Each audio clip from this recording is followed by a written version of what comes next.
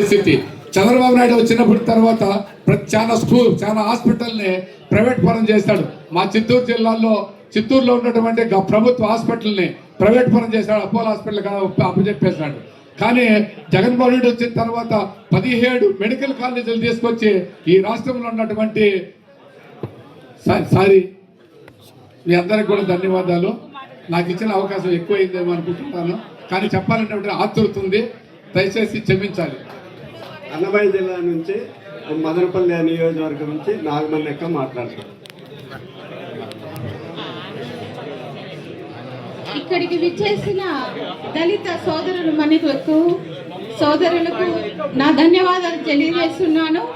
మరి ముఖ్యంగా నేను ఇక్కడికి రావడానికి నా వెన్నెంట్లుండి నన్ను నడిపించిన మా నిసార్ అహ్మద్ అన్న గారికి మరియు మా దళిత నాయకుడు సుధాకర్ బాబు గారికి నా ధన్యవాదాలు తెలియజేస్తున్నాను.